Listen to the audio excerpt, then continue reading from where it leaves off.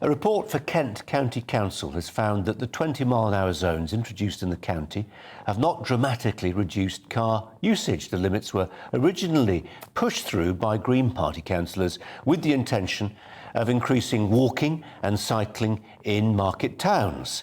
Some residents even reported increasing the amount of driving they did when the restrictions were imposed. There are now proposals to slash the limit from 60 to 20 miles per hour on country roads in Surrey to try and reduce dangerous driving on those roads.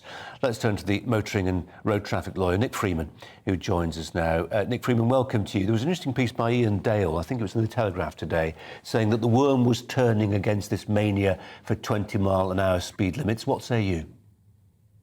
I agree with him. 20 miles an hour operates throughout London, and it's had very little effect in terms of reducing accidents. The reason we have a 20 mile an hour limit, it's designed for urban areas where we're mixing motor vehicles and people, and it's deemed to be the right balance with safety and pollution. And I completely applaud it and commend it in those circumstances. However, what we have in Surrey is a situation where we have a 60 mile an hour speed limit, which was the default speed limit. It's been the national speed limit since 1977. And because there is a small minority of presumably young people who are breaking the law, what's being proposed is that we reduce the speed limit threefold from 60 to 20. And in my view, that's a complete distortion of the raison d'etre of speed limits. Speed limits must make sense to the motorist.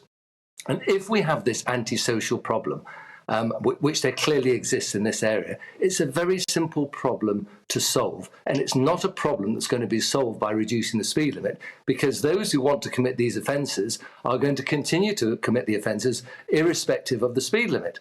So what we need, and it's not just in relation to this area, it's generally, is we need the police to be doing their job and being on the road arresting people who commit these offences. So we need a visible police presence in these hotspot areas where they're using their motorcycles and cheap 4x4s in the early hours of the morning, causing a nuisance to people who live by, and arrest them, and then have a robust judicial system which deals with them effectively and operates as a deterrent.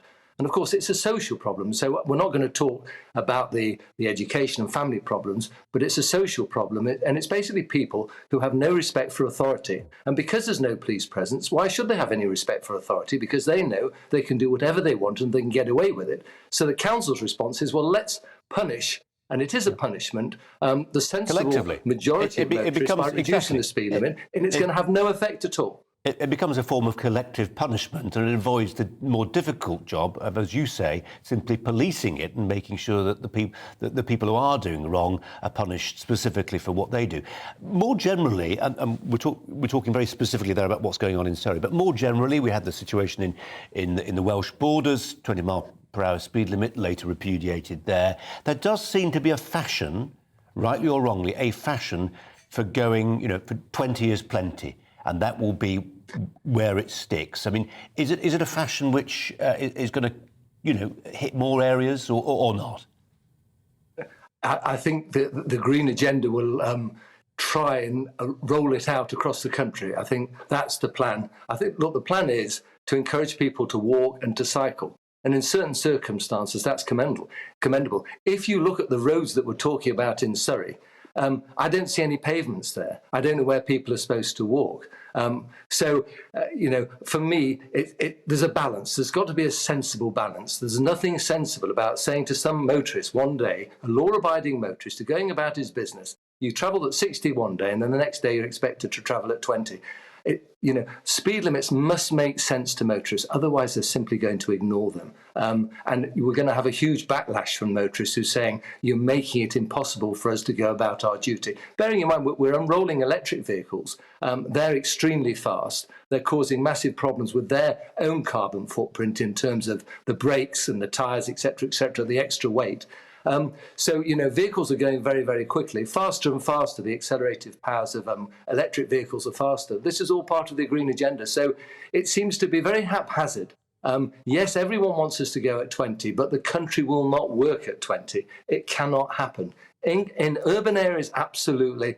Near school areas, absolutely. But let's have a sensible, proportionate, balanced approach rather than just a harebrained idea. Let's have everyone going on the motorways at 20 miles an hour. It just smacks of a ridiculous attitude. It's myopic in my view. Yeah, policing by consent is what we need, isn't it? Nick Freeman, as ever, really appreciate your time. Thanks very much indeed.